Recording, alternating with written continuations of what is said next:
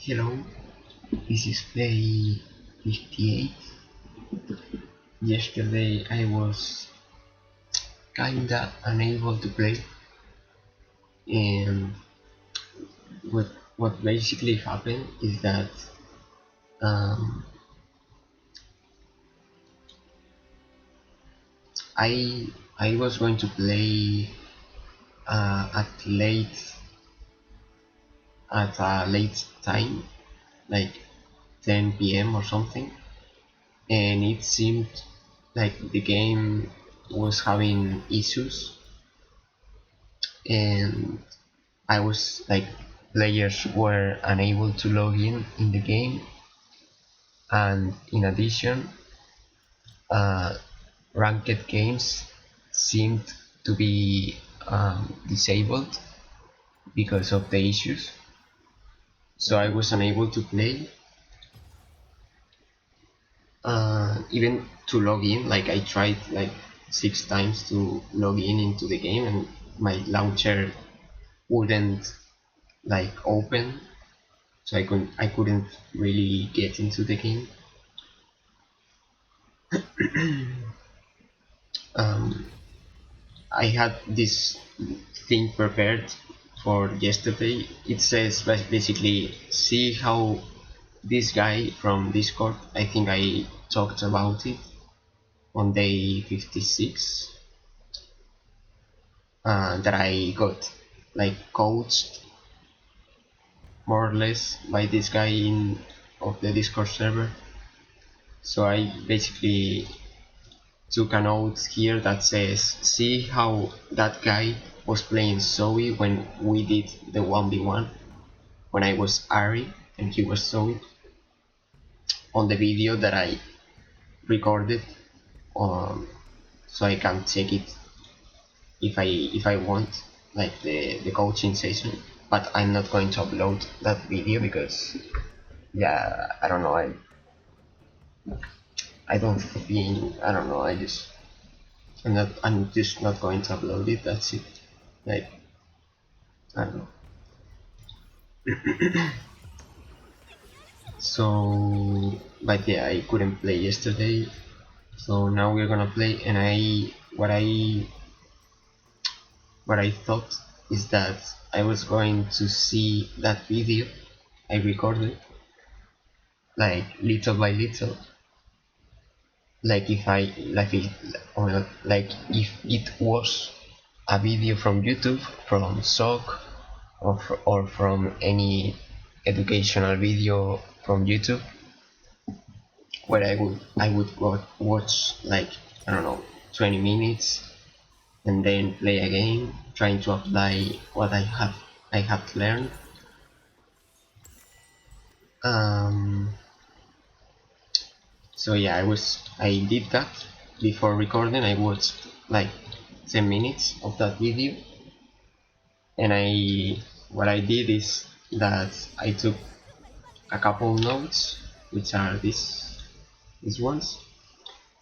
Uh, so I would apply, instead of all of this at once, which is a lot, I'm going to focus on just a couple things, one or two things, and try to apply those things in the game, and get the habit of doing those things.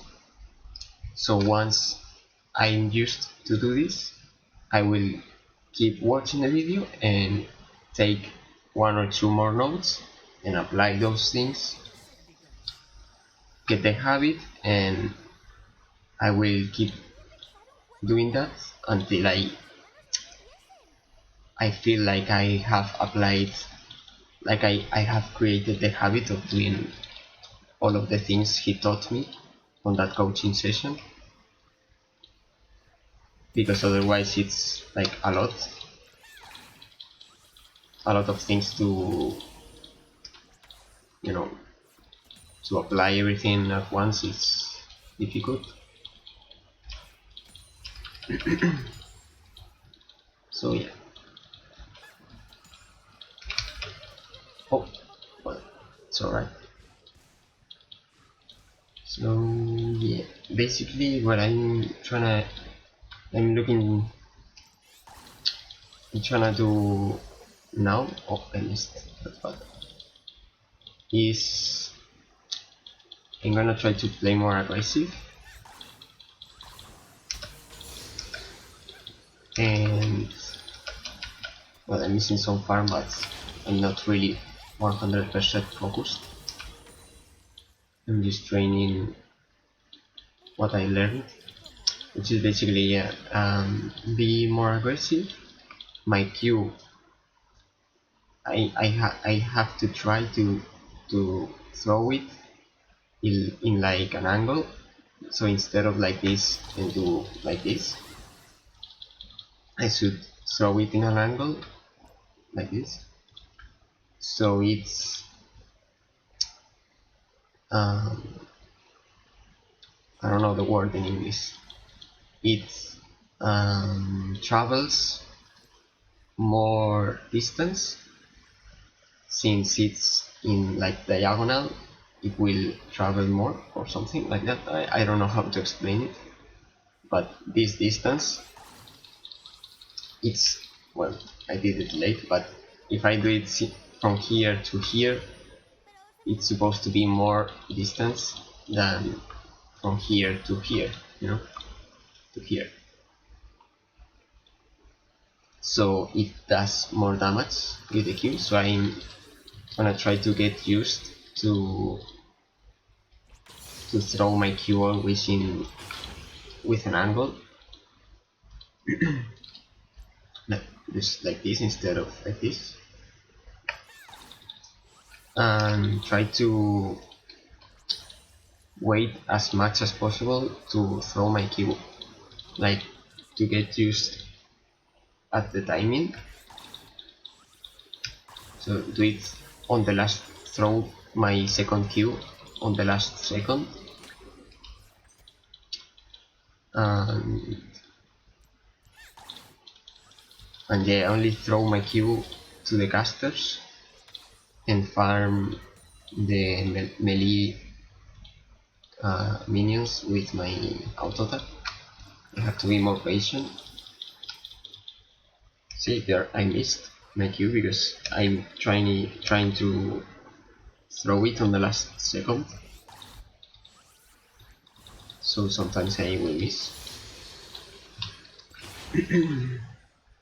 So the thing I'm going to try now is to basically begin on the bush and queue the casters on the first wave, which will be right over here, and trying to be like taking more space, being more aggressive, because it seems like Zoe is so powerful, especially even in the beginning. Obviously she's squeezy, but she has a lot of damage, so I shouldn't be so scared of being aggressive, even at level 1, because I can poke a lot the enemy.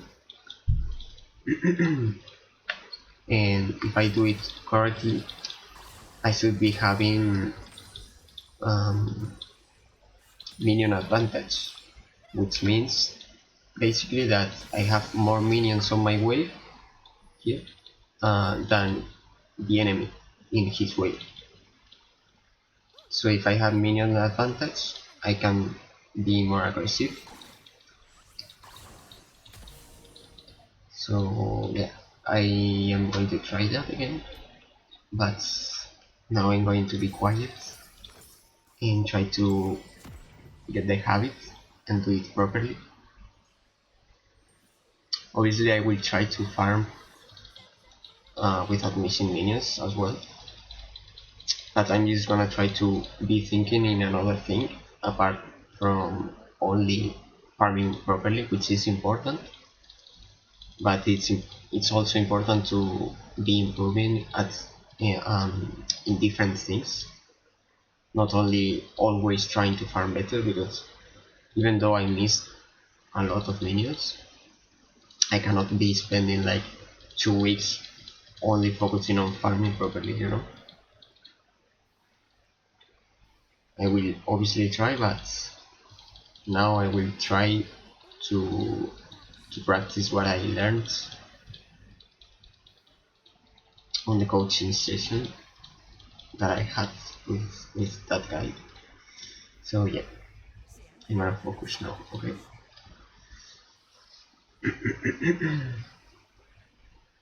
Like I saw how he played against me, so I'm just gonna try to copy him.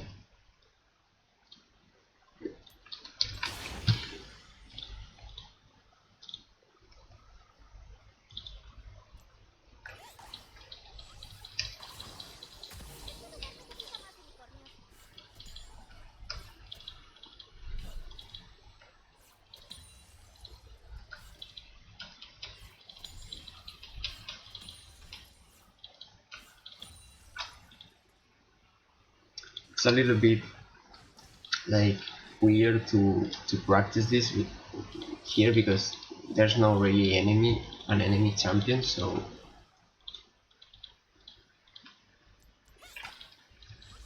like there's no pressure of being pushed or something.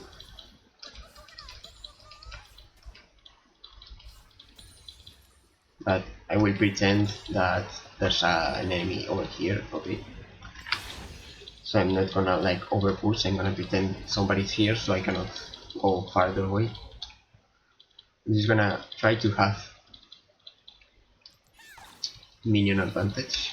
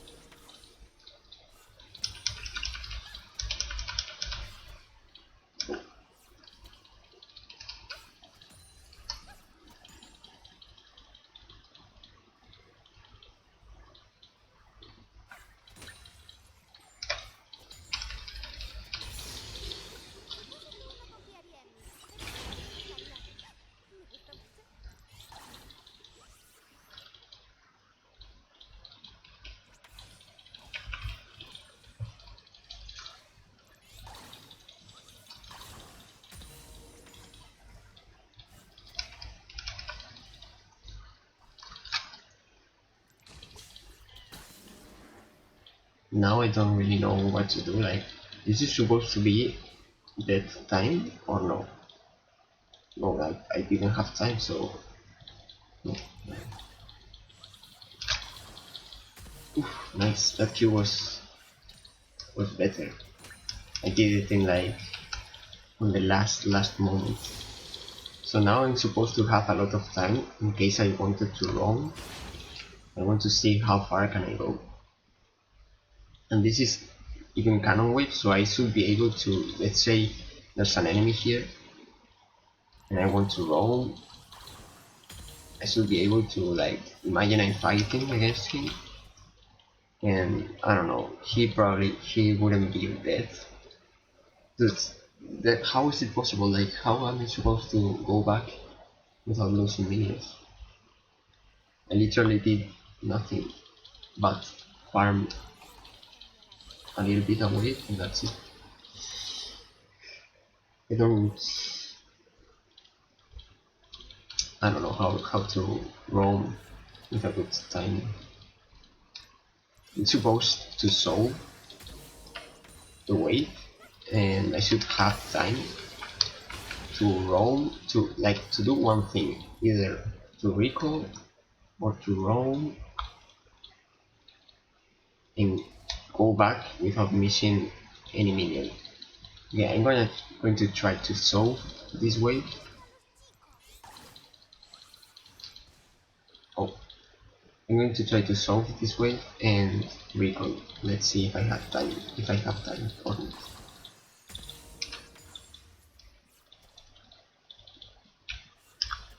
Oh, I missed.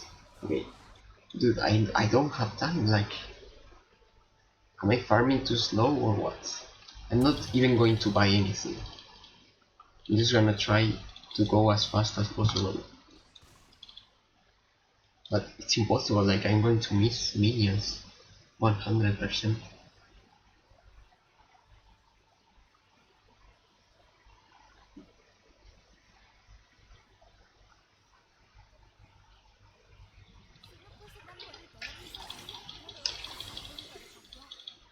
I don't know how to do it.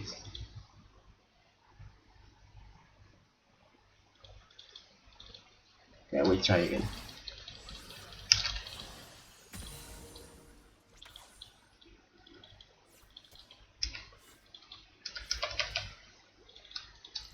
I mean, right now I'm doing it so slow, so it makes sense that I don't have time.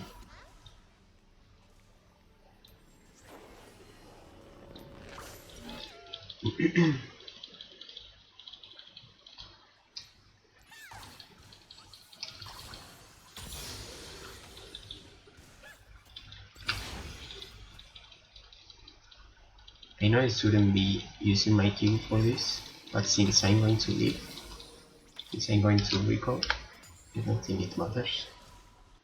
But dude, I don't have time. It's already here. Okay, now I'm gonna pretend I have boots, okay?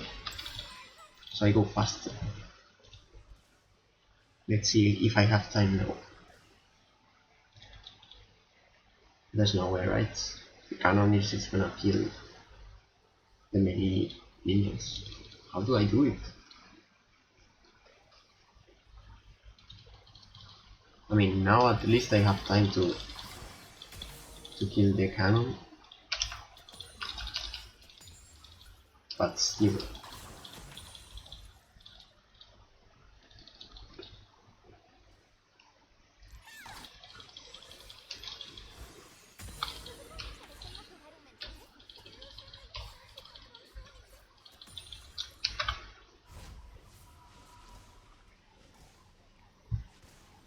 Okay, maybe now.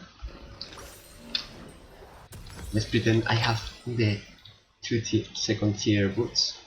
Okay, now there's no cannon wave.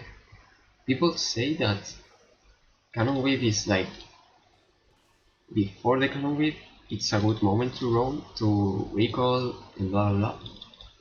But cannon has more damage, so it's more probably that it's more probable that the wave dies faster. So isn't it better to recall when there's no cannon wave? Wow, that's not good.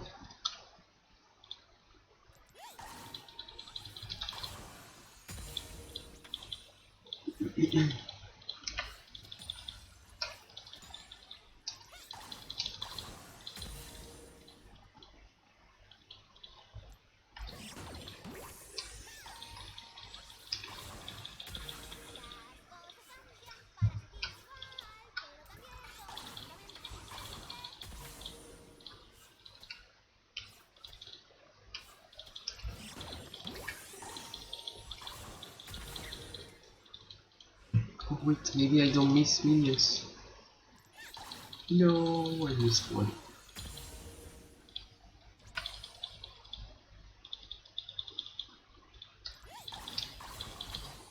Oh,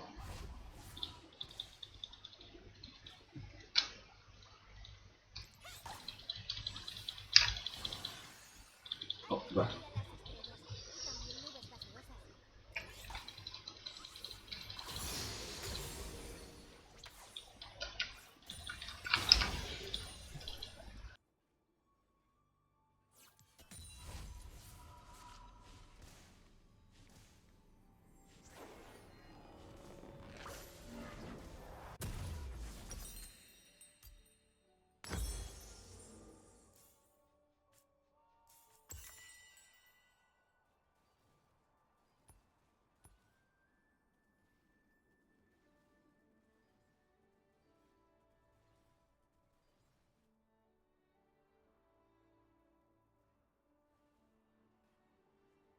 Pasito a pasito y a un saltito.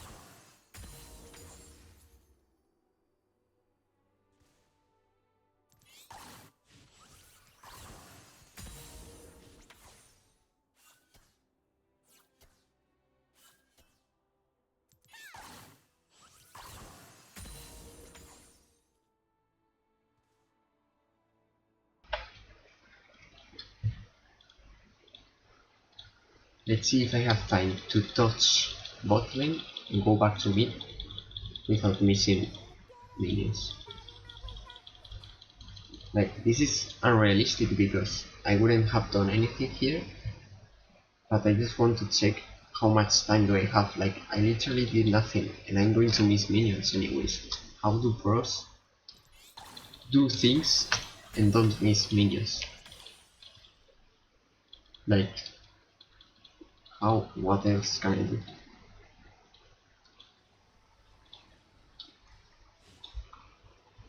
Imagine if I wanted to kill somebody here, like, I cannot do anything, I don't have time. See, I'm going to miss. Okay, I want to know what am I supposed to do. Let's search in Google. How to record in tempo in or something like that. Oh, wait.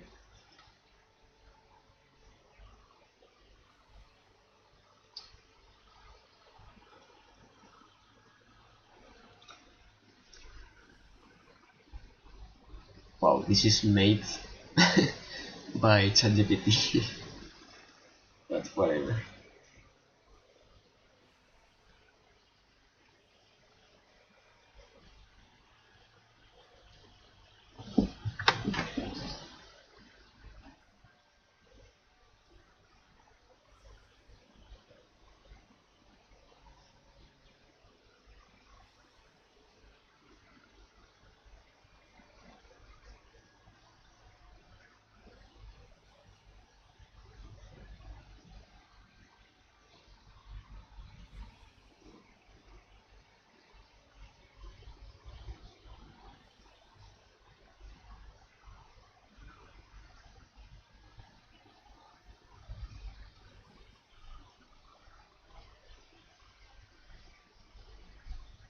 Okay, I'm not reading all of this because it's just ChatGPT, so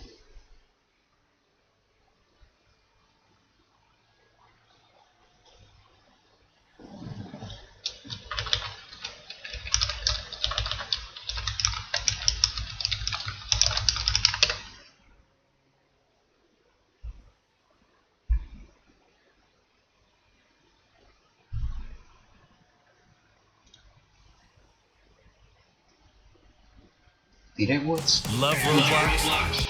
this video already? I remember watching it, or at least seeing the video. Wave, complete my full base, and then TP back, and Yep. Oh yeah. I have seen it, but I don't remember. Let's see.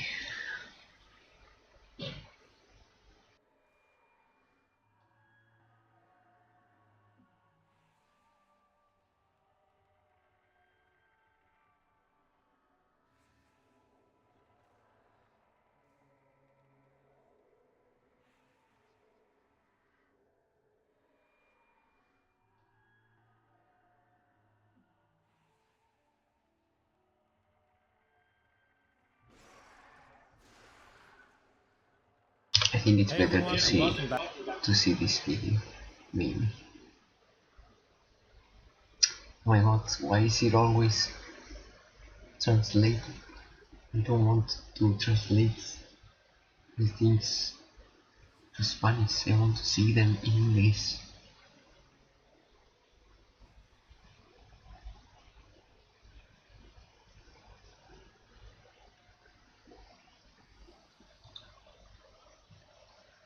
What?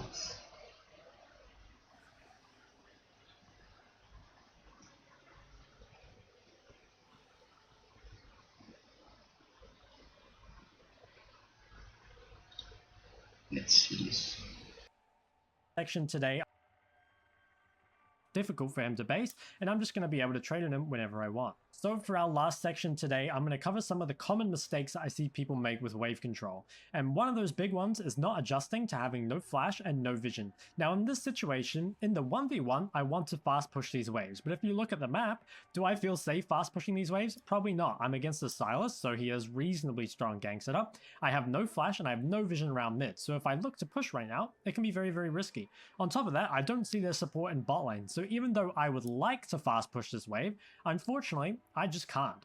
You see here that I'm playing reasonably safe. I'm allowing Sylas free access to the wave, which sucks. I don't want to do this, but I have no choice. If I'm to push aggressively here, there's a high chance I die. And you'll see that here, it ends up that after I walk in here, I actually get engaged on by the enemy team. Their Janna and Wukong were around mid the entire time. And if I had looked to play aggressive during this time, I most likely would have died. And instead, we end up winning the game here, just pretty much straight up. I get 2 kills, our team gets 3 kills in total, and now the game is basically over. If I had pushed aggressively here, been caught out, pushing with no flash and no vision, and then died before this fight, it's very possible that instead of winning the game right here, my team might have taken a fight in the Herald, and we could have lost the game right here instead. Another really, really common mistake is just spam pushing waves and not doing anything with them. So as we said earlier in the video, if you do push waves, they give you a lot of advantages, but if you don't do anything with them, you're just giving free gold to your opponent.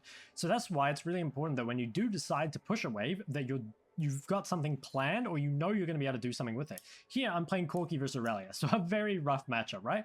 But this Aurelia is just over and over pushing waves to me, and I'm just able to free farm at my tower. She's looking for all-ins on me, but it would be much easier for her to look for all-ins if the wave were just on her side. And every time she pushes a wave in like this and doesn't get anything off it, she doesn't ward, she doesn't roam, she doesn't get a kill on me, I just get further and further ahead relative to her because I outscale her mega hard. I see this time and time again in my coaching sessions, so make sure you're not just pushing waves for no reason and that you actually have a plan for what you're going to use that wave for. The last one that I see very often is people not pulling waves. So it's really common that I will see this situation here where your opponent has pushed a wave, they're too low to stay, or they shouldn't be able to contest the wave if they do, and instead people just let the wave crash onto their tower. If you do that, well, you need to stop. In this situation, you can just pull the wave up and you can pull it as far as you want. You can see here that my wave isn't even at my tier 2 tower yet, but it doesn't matter. It's only 2 creeps, right? I can just pop a potion, I can pull this wave as far as I need to, and he can't stop me, and then the wave will be frozen. So I see this literally all the time, and the main reason I think that people do it is they're just scared to take too much damage from the creeps, or they're scared that their opponent will trade on them. But if you do pull the wave in this banner, it guarantees that you get a freeze, and also it might stop your opponent from basing, just because they don't want the wave to be frozen against them. So it's really good if you can get into the habit of seeing these little opportunities or these windows in order to pull the wave like this. So guys, that is going to be it for my guide to wave control. Hopefully now you know everything you need to know, and if you still have any questions or anything like that, please leave them in the comment section below. I've also recently moved my coaching over to Metafy. Another time. Stop taking meeting notes and let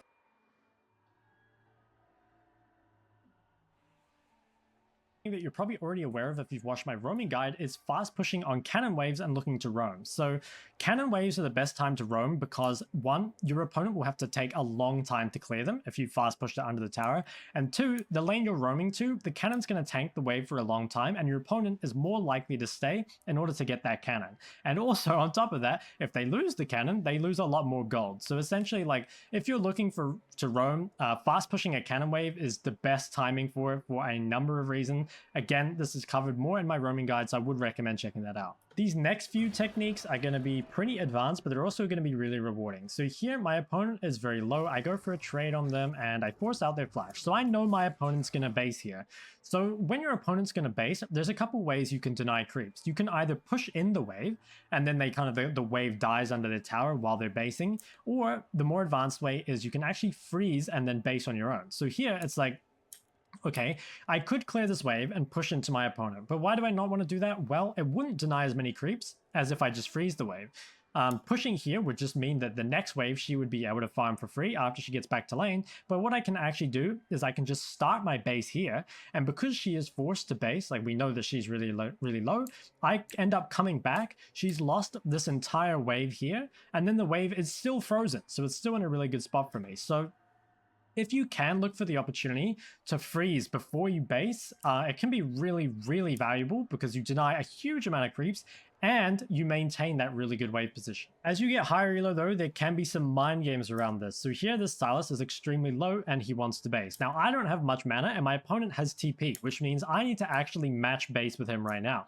I need to go base in here. But now the problem with this is that if your opponent is smart and knows that you're going to recall, what they might do is actually choose to stay. So you need to be careful that you don't base too early because, like, for example, if I had completed this base and Sylas just shoves in this wave, now even though I'm the one that's ahead, I'm the one that would be losing the wave. So when you're doing this, when you're doing these freezes before basing, or if you're not pushing the wave before basing, you might want to stay just a couple seconds longer before starting a recall to make sure your opponent doesn't go for something cheesy and try to fix the wave like this. If they do go for this and you manage to catch them on it, you get a really big advantage as well. So it's really, really valuable as long as you don't get mind game. One last timing you guys might be able to abuse is having TP versus no TP. So in this example here, I'm versus an Ignite Vex and I have TP. Now what TP does is it means you can always just get back to the lane and you have a second health bar. So you can take trades that are... You guys should have a really solid understanding of wave control. But to make it even easier for you guys, I'm going to go through some specific openers and timings that you can look to take advantage of in order to win more games with wave control. Let's start off with some openers. So the first one is our 3-wave crash, and this is just a form of slow pushing. I think slow pushing or a 3-wave crash or a 2-wave crash, as I'll show you guys in a bit, is a really solid way to start the game, especially if you're in an even or winning matchup, because it allows you to really start building up that initial advantage. And a lot of the disadvantages of slow pushing, such as being gankable, aren't as relevant in the very early game because it's very rare that you can get ganked this early as long as you hug to the correct side and as long as you kind of like take notice of where the jungler started and place wards at the right time, all of which are covered in my warding guide, so I would recommend checking that out as well. But yeah, this should be an opener that you're thinking about a lot, is just slow pushing these first few waves. You will almost always be able to deny a lot of creeps like this, or at least, you know, have a fairly kind of like strong foundation, which you can choose to do basically whatever you want with. You'll see that by the time I push all 3 of these waves in, that I'm on, I believe, yeah, after I finish clearing these, I'm on 19 CS to my opponent's 6. And when you get to this point, you can choose whatever you want to do. You can go harass your opponent under tower. You can place wards. You can roam to Scuttle Crab fight. There's so many things you can do, which is why this is such a strong opener to start your games off with. Another variant of this is that you can actually just crash 2 waves instead of 3. So the main difference about this is that you're not going to be slow pushing in for as long, but it is going to make you a bit safer from being ganked. So one thing you should think about is kind of like how much gank setup your opponent's mid jungle has. So here I'm versus LeBlanc Lee Sin, as you can see, and I'm playing Lucian, a very gankable champion. So what I really don't want to happen is for my wave to still be slow pushing in when this LeBlanc hits level 3, which is why in this situation, I just opt to crash 2 waves instead. So again, it's not a huge difference. You will still get a lot of the same advantages, although not quite as much. You will still win some trades, but you won't get to deny creeps for quite as long. But you can see here, I get some winning trades. I crash 2 waves like this, and then I can go ward, which makes me safe from any kind of gank pressure. I'll quickly note here that if you're playing bot lane or top lane, because the lane is longer, you can actually crash 4 waves if you want. This isn't really possible in mid, and I don't have any video examples of it as a result. But because the lane is longer, you can build those waves up more and extend that slow push even more if you want to. If you do look for a 3 or 4 wave crash, you can follow it up with a cheetah recall, which basically means after pushing your 3rd or 4th wave, you just look to base. And the reason people do cheetah recalls is so that they can just go home, get a better item, or, you know, buy their tier or Doran's Blade or whatever they want, come back into lane, and then have an advantage over your opponent. Now, I think cheetah recalls in mid are generally bad, but I think cheetah recalls for bot lane and top lane are quite good. And the reason is the lane is longer, and also there are just better items to buy early. A lot of the time, if you're basing this early in the game as a mid laner, the only things you can really buy are like a tier or a dark seal, which aren't particularly valuable. But if you're playing like top or bot, generally you can get much better items. Like if you buy, say, a Doran's Blade, it can be very, very strong, or even just like longsword and something like that can be really nice as well. So all you have to do, push in those waves and then look to base immediately after, but bear in mind it's more of a thing for top and bot rather than for mid lane. Another super common way. Let's start by talking about how you control waves. If you already know how to control waves, feel free to skip this part. First up, we have the slow push. So slow pushes are generally created by building up 2 or 3 waves and then crashing it into your opponent's tower. To do this, you normally want a 1 minion advantage to begin with, which will then slowly build up into a bigger minion advantage and push naturally into your opponent. An easy way to do this is just to auto attack a creep a couple times at level 1 and then match your opponent's auto attack, so if they auto the wave, you auto the wave, and if they don't auto the wave, you don't auto the wave either. To speed up the push, auto attack the wave more or auto attack your opponent in order to draw creep aggro, and to slow down the push, last hit as late as possible or let your opponent auto attack the wave. This works well in every lane, but in the side lanes you might want slightly more than 1 minion advantage as the lane is longer. ¿Te apasionan los cómics, los videojuegos o el cine de animación? Pues decirte que estás de enhorabuena, porque ahora sí puedes pasar de ser un... In a real game,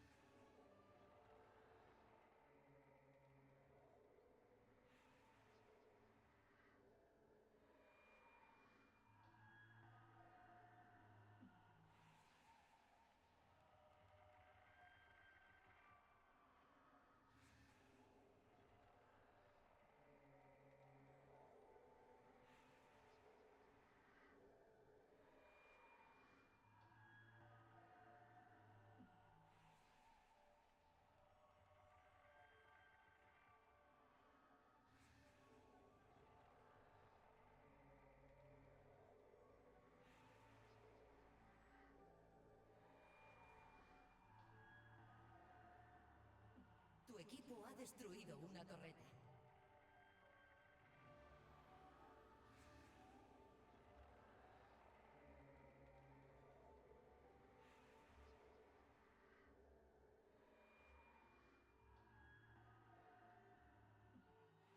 Game your opponent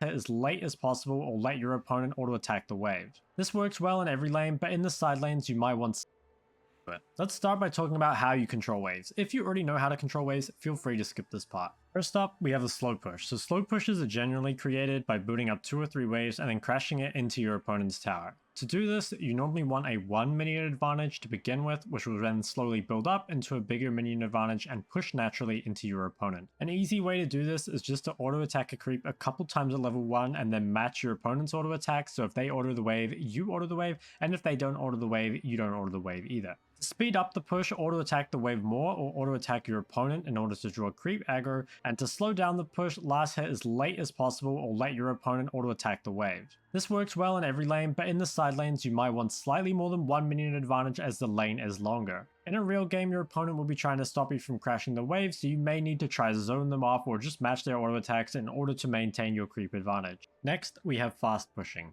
Fast pushing is really easy. As the name suggests, you want to push the wave as quickly as possible, and to do this, normally you just use all your cooldowns on the wave to get under the enemy tower as soon as possible. If you're strong enough to fast push, you may also be able to fast push the wave further up in the lane rather than waiting for the creeps to meet in the middle, which can allow you to push it in around 3 or 4 seconds faster. Freezing is a bit more difficult. You want to let your opponent have a minion advantage so that the wave is constantly slow pushing to your side, but do your best to stop it from actually crashing under your tower. You won't be able to hold a freeze forever, and it is significant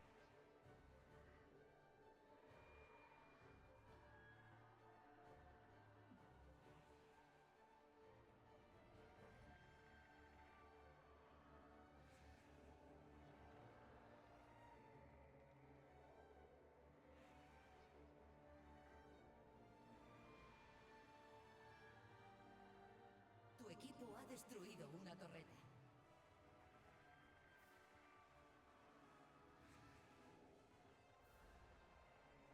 Tu equipo ha destruido una torreta.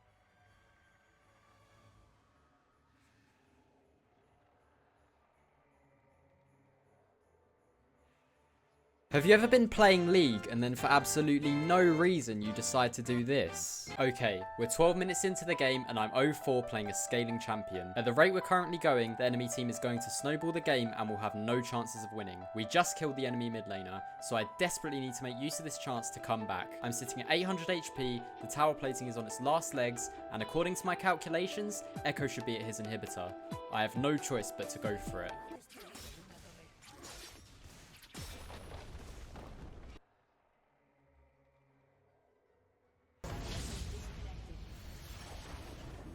So this video is about recall timings. You might think, but Bonks, why are you doing a video on this topic? All you need to do to recall at the perfect time is 1. Wait until you need to spend money or regenerate your resources, then 2. Set up your wave or jungle camps in an appropriate way so you don't lose gold and EXP while you're doing it. Did you really think it was that easy? Shmeh, man, I expected better from you. Although most people don't realize it, recalling has so much more to it than that. In fact, there's a completely separate concept that recall timings are centered around that even some of the teammates I get in my 200 LP lobbies are clueless about. That concept being tempo. So in this video, I'll explain what tempo is, how it relates to recall timers, and how you should be thinking about recall timers in general. Hopefully me doing that will give you a massive edge over everyone else, since there are hardly any other good guides about it on YouTube right now, and it's an incredibly high level concept. This one's going to be heavily loaded with information, so strap yourselves in, lads, and let's begin. If I were to ask you what the advantages and disadvantages to recalling are, you would probably say that the advantages are that you get to spend your money and regenerate your resources,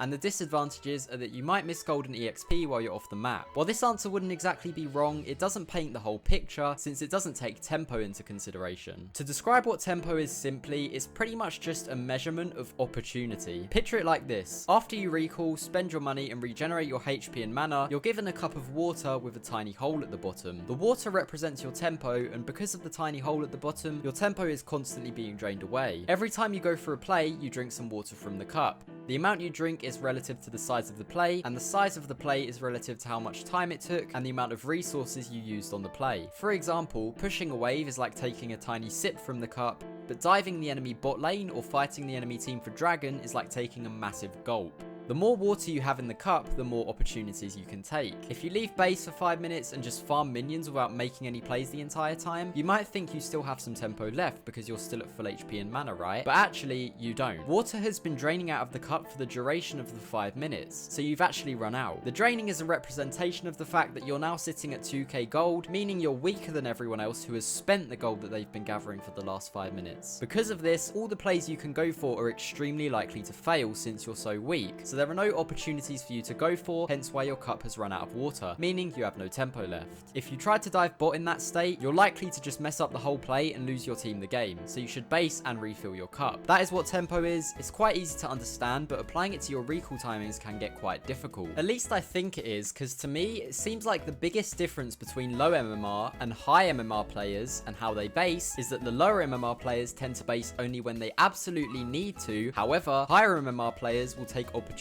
to base, even if they don't necessarily need to, just so they can reset their tempo. This type of basing can also be referred to as tempo basing. So bearing this in mind, if we go back to the list of advantages and disadvantages to basing that we had earlier, we now know that another advantage to basing is that it allows you to fully reset your tempo once you're back on the map, but another disadvantage is that it temporarily resets your tempo to 0. And by that I mean, after you recall, you're forced to spend some time in base regenerating your resources and some more time running back to your lane or wherever you want to go. During this time, your tempo is 0 because you can't take any opportunities, unless of course you have TP. Alright, we finally made it to the good part. So now that we got this list, how can we use it to help us with our base timers? What we can do is we can use the advantages as triggers to find when we want to recall ahead of time. This is something that seems simple on the surface, but is actually way more complex when you get into it, because at first, all it seems like you need to do is think about when you benefit from one of these advantages, and that's when you know you want to recall. So what I mean by that is you ask yourself the following questions. 1. Am I about to have enough gold to reach my next item spike? 2. Am I about to run out of HP or mana? And 3. Am I about to run out of tempo? The problem with these questions is that they only give you an indication of when basing is absolutely necessary, which loops back to the thing I was saying earlier about the difference between lower elo and higher elo players. In fact, based on the time I've spent coaching and watching players in the gold to diamond range, I can confidently say that 99% of you subconsciously consciously ask yourself these questions when deciding when you want to base. That means you're never going to make the call to base in situations where the answer to all these questions is no, since it doesn't seem necessary, right? But that's bad because, as I was saying earlier, sometimes it can be better to base even when it's not necessary. Just to take a random example I found recently to demonstrate what I mean, in this game we have an Ahri versus Yone matchup in the mid lane. The lane isn't relevant to this example, by the way, but essentially the Ahri gets a solo kill onto the Yone, she shoves out the wave, now pause. These are her resources and she has 1430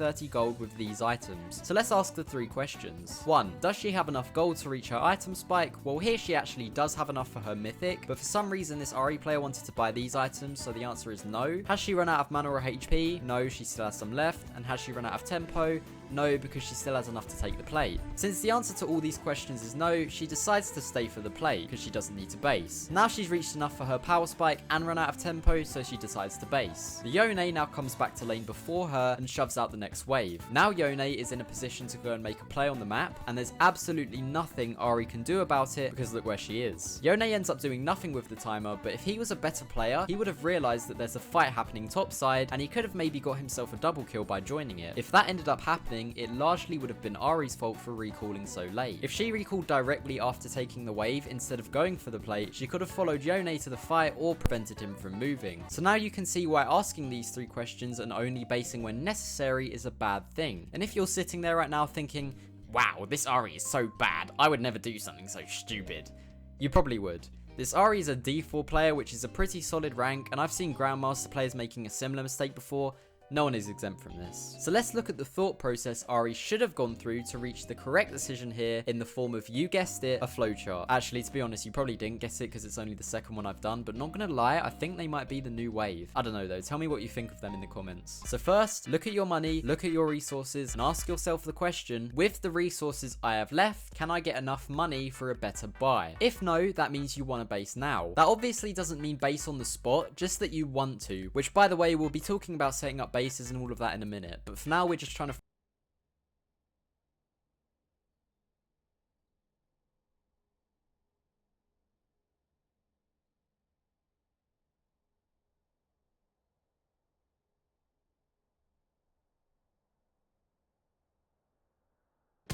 Ready to unlock.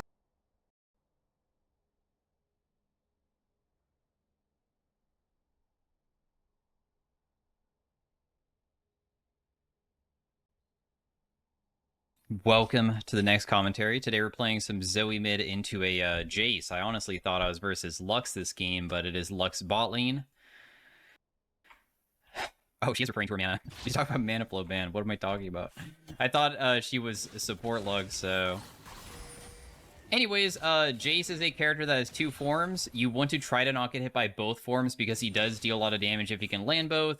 Otherwise, relatively easy character to play against because he doesn't really have a good way to hit you past minions similar to how you are. But, of course, RQ is a bit more unique because it can be thrown a different direction past the minion wave and then you can adjust it again to throw it at him. So as long as I stand behind my minions, I feel pretty safe in this matchup. Jace wants to hit you with the Shock Blast, which is that little orb that he shoots. And then he wants to also get in range to transform and stuff. So every single time that he just uses his Q like that, that's an angle for me to, like, do these trades. For League of Legends in general, I mean, the most simple way of understanding trading and how to win is just... what abilities do they have? How easy is it for them to land it onto you? And what can you do to also land your own at the same time, and that's it. So if I see him use his Q ability, I step up way more aggressive because I know he doesn't really have a way to trade back efficiently like right now, right? He just uses it. I just step up in front of the minion wave a little bit just to see if he walks near. You can see that he even gave up this caster minion. And because he gave up the caster minion, that's very fortunate for me. Where did this guy go?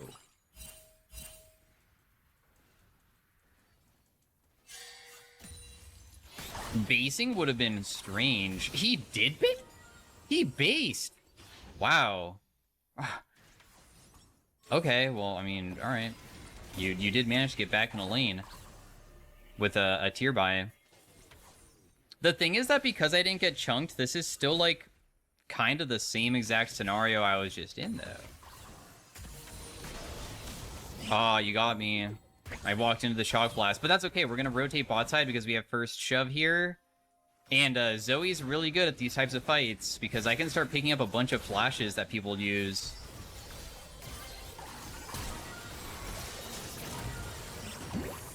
Oh, she's dead. She can't survive.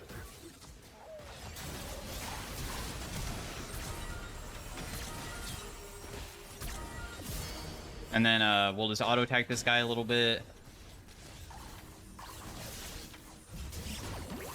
And then hit him with that. Just give a second, use your ability, and you kill him.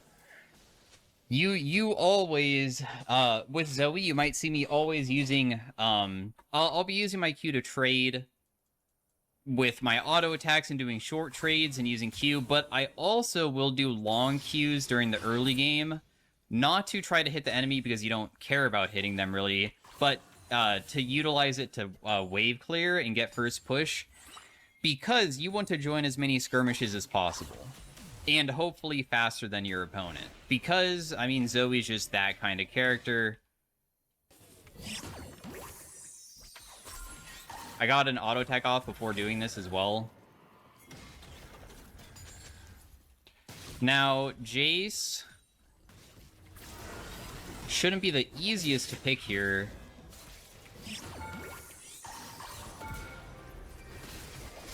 Okay, you made it so it hit you instead, but honestly, I don't think I can kill him. Because I haven't bought yet, sadly. I'm sorry.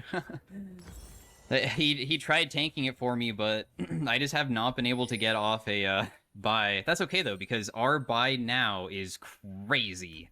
We're super, super fed.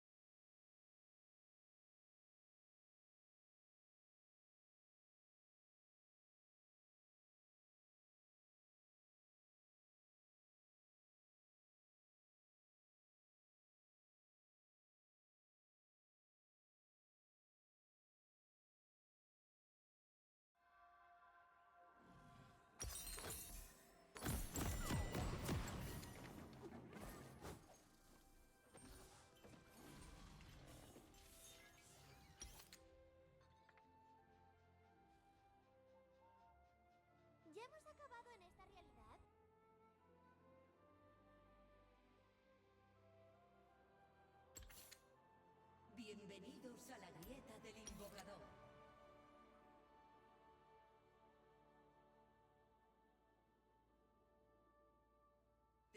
Segundos para los súbditos.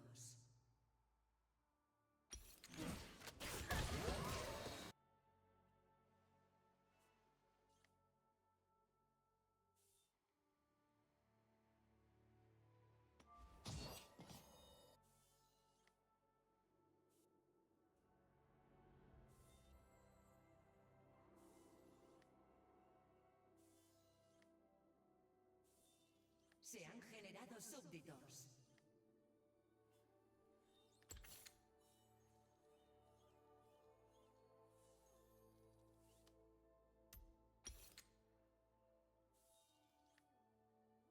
La luz estelar es algo en su interior que arde por salir.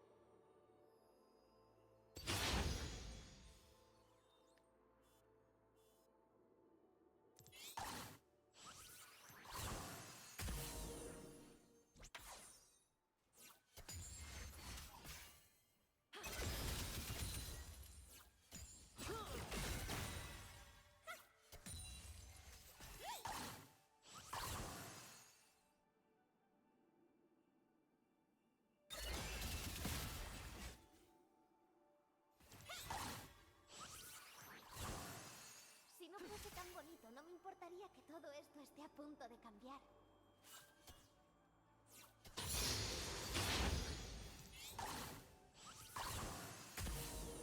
¡Mucho cuidado!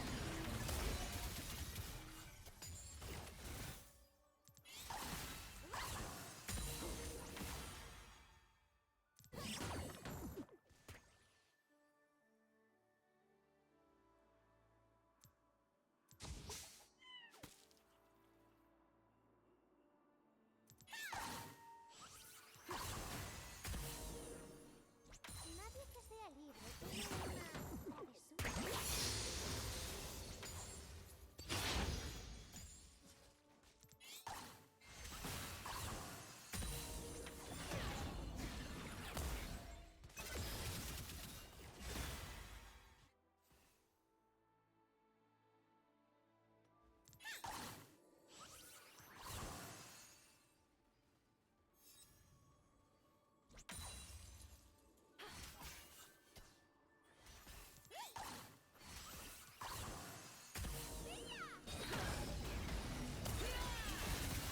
A los ojos.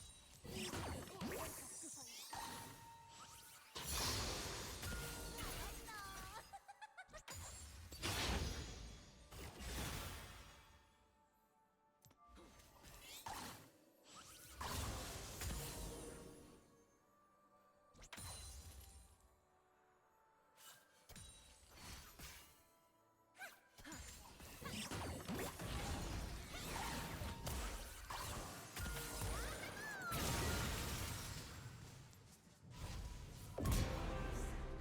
¿Caerá conmigo?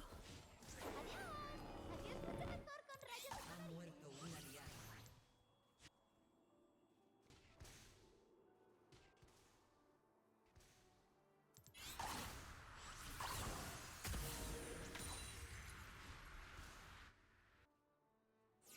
Torgon tiene reglas, pero paso. Voy a salir de todas formas.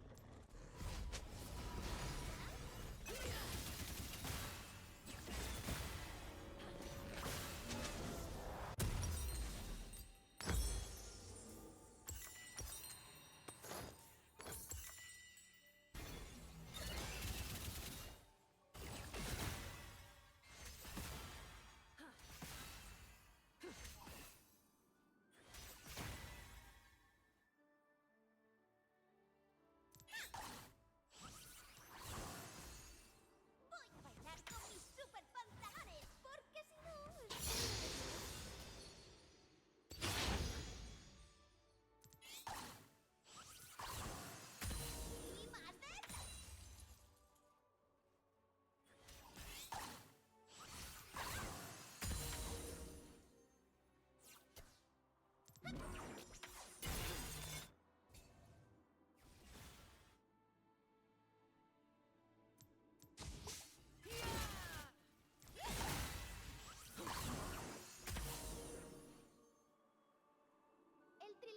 nunca pierde. Porque todo vuelve a la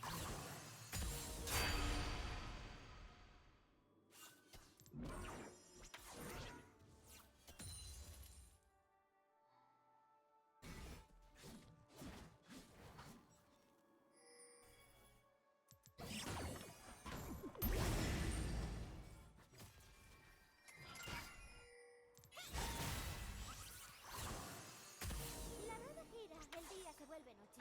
¡Hora de crear colores!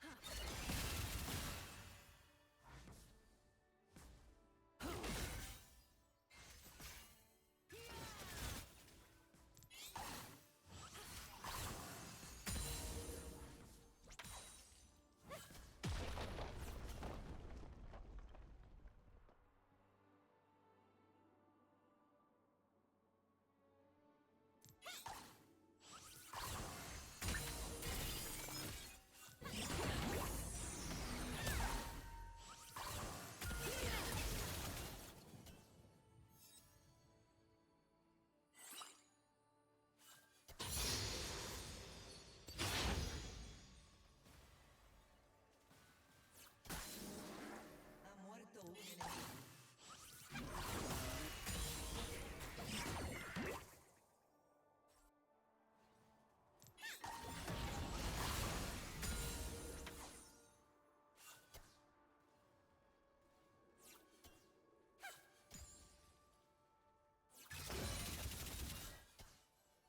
La la la lu, la la la lu.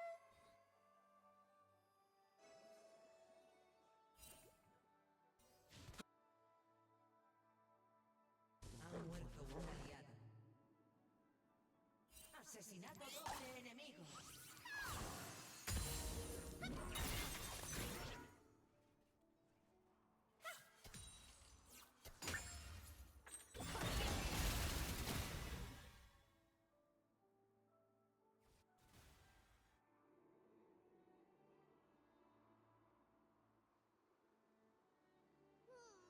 ¿Qué les gusta a los chicos?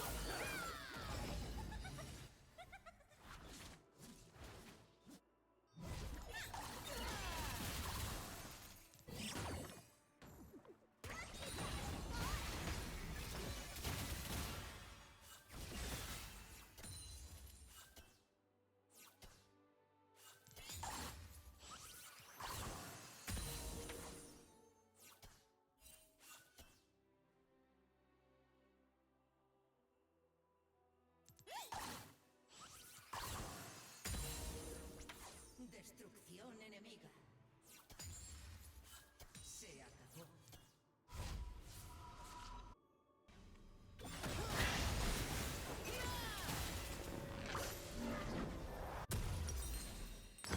Traigo un mensaje. Un augurio.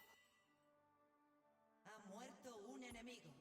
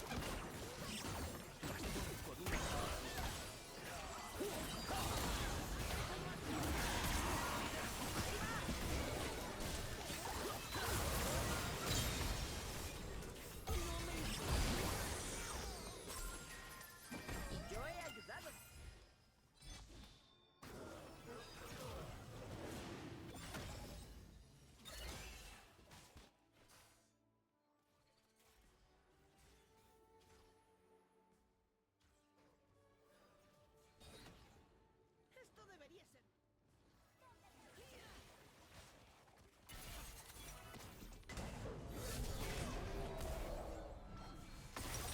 ¡Más brillo! ¿Hay alguien por aquí?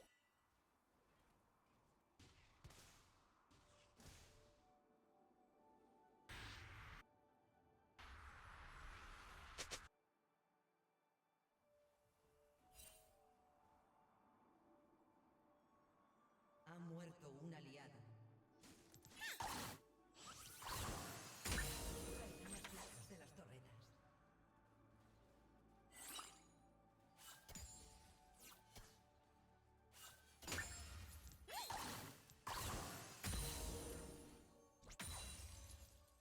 Quiero divertirme y hablar con alguien que no sea yo misma. Pero se me da muy bien escuchar.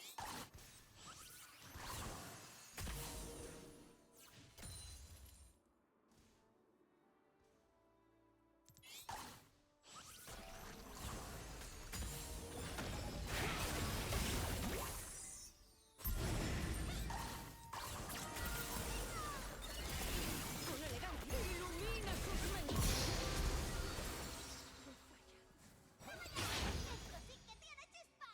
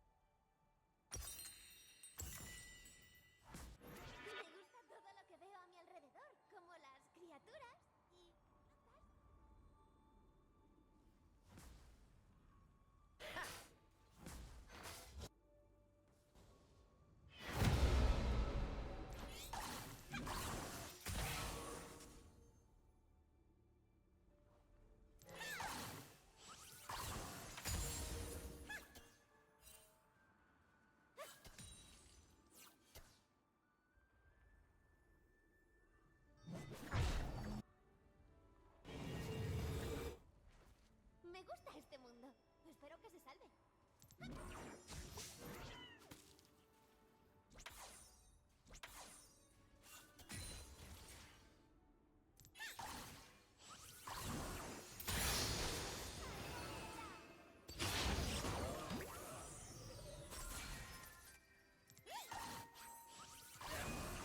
a ser mejores amigas.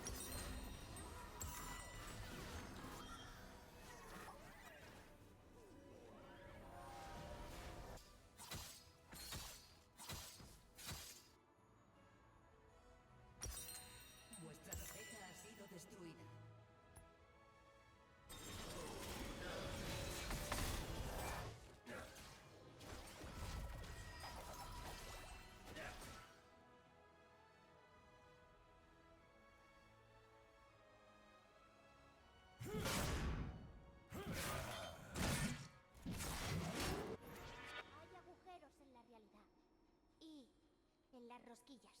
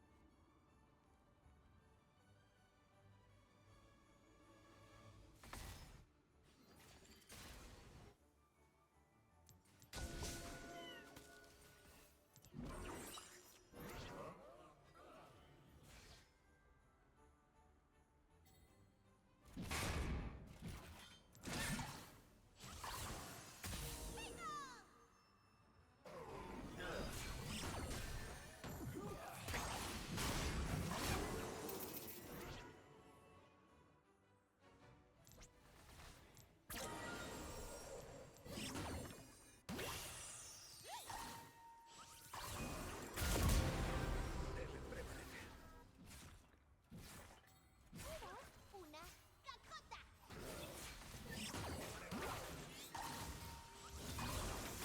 El máximo como tú.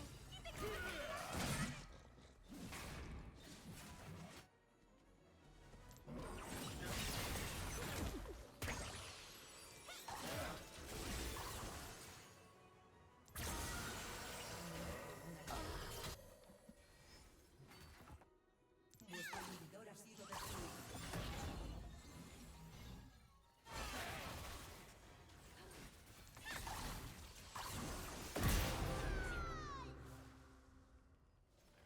Vuestra torreta ha sido destruida.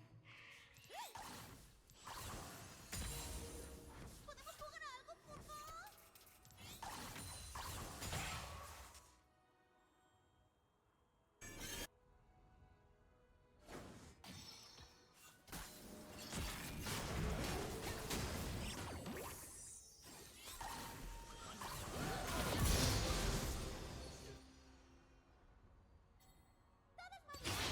Bueno, tú has muerto, pero...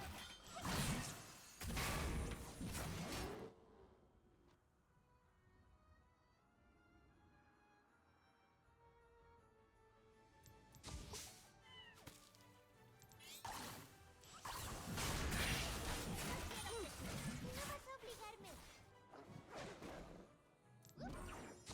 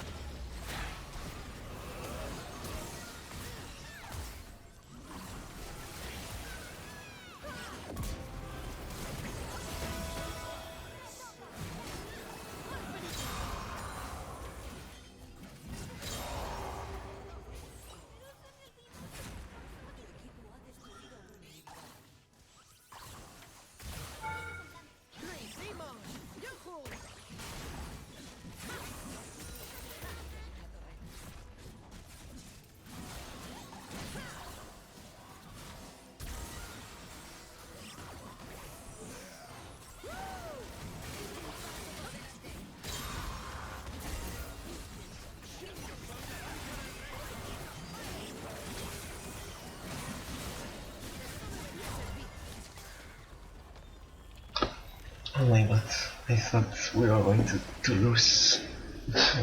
I think I did a little bit better than usual. Sometimes, I think.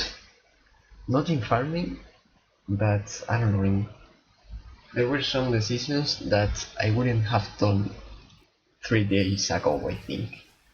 I don't know, I felt good sometimes. I was so focused. I was able to talk like 10 minutes ago, but I was so focused.